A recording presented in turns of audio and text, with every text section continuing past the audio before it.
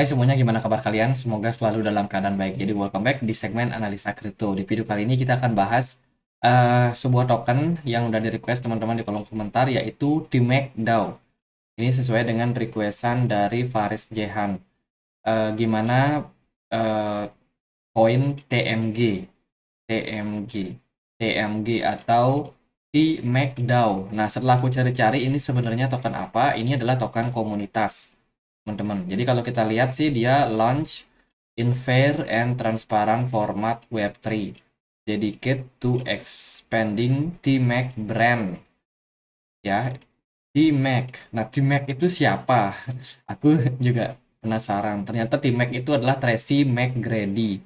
Ini adalah salah satu pebasket NBA yang cukup populer ya.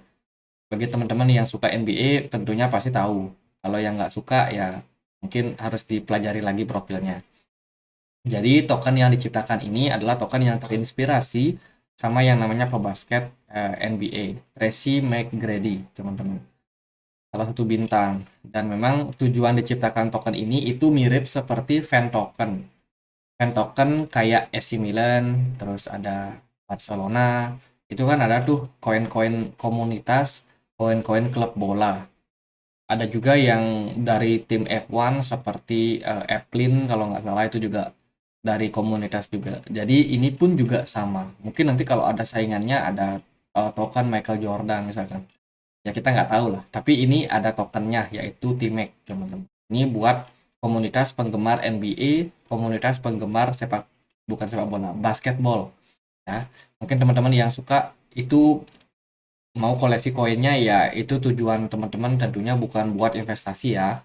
Kalau aku sendiri sih melihat koin-koin komunitas atau token komunitas seperti ini itu lebih kepada rame-rame aja, menyerukan eh, kecintaan kita sama yang kita idolakan, teman-teman. Jadi tujuannya bukan buat investment, bukan buat cuan jangka panjang. Jadi kalau projectnya seperti ini, ya itu sih buat buat fan token sebenarnya. Kalau kita perhatikan untuk pasarnya sendiri, TMAC ini bisa diperdagangkan di Indodax, ada BTCX, Buybox, dan CoinTiger. Jadi nggak terlalu banyak exchange yang bisa memperdagangkan. Tapi posisinya dia di CMC cukup bagus di posisi 200. Untuk supply-nya itu hanya 1 miliar token dan semuanya sudah terilis. Yuk kita cek siapa sih yang punya kepemilikan wallet paling banyak untuk koin ini. Kalau kita lihat market kapitalisasi pasarnya cukup besar, teman-teman. Ini ada di sekitaran 52 miliar, ya 52.000 miliar. 52 triliun ya. Jadi sangat banyak untuk kapitalisasi pasarnya, harga tokennya pun juga cukup tinggi. Tapi hari ini udah minus 7,5%, teman-teman. Lumayan. Kalau kita tracker dia dengan BSC scan, kita nggak bisa lihat ya siapa kepemilikan dari siapa yang punya jumlah token ini sangat banyak. Itu nggak kelihatan di sini, sangat-sangat tertutup. Jadi ya kita nggak bisa menduga-duga seperti apa.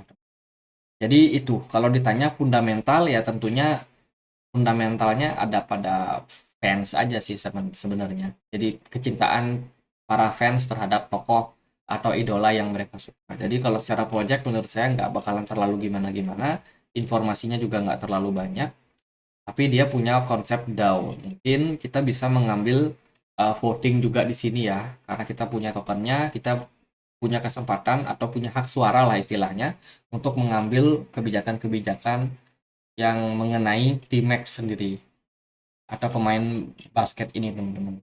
Jadi kalau kita lihat langsung ke harga, sorry, TMG,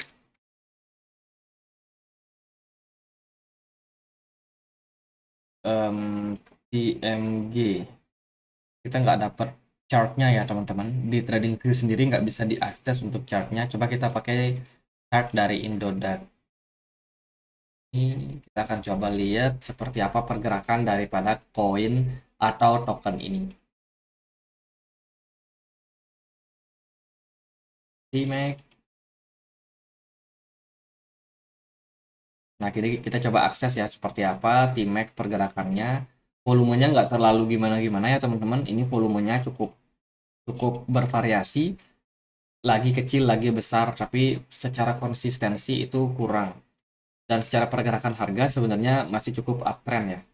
Jika kita perhatikan di sini dia masih dalam posisi uptrend, jadi teman-teman bisa pertimbangkan lah buat teman-teman yang mungkin ada rencana untuk hold jangka panjang. Kalau saya sih enggak.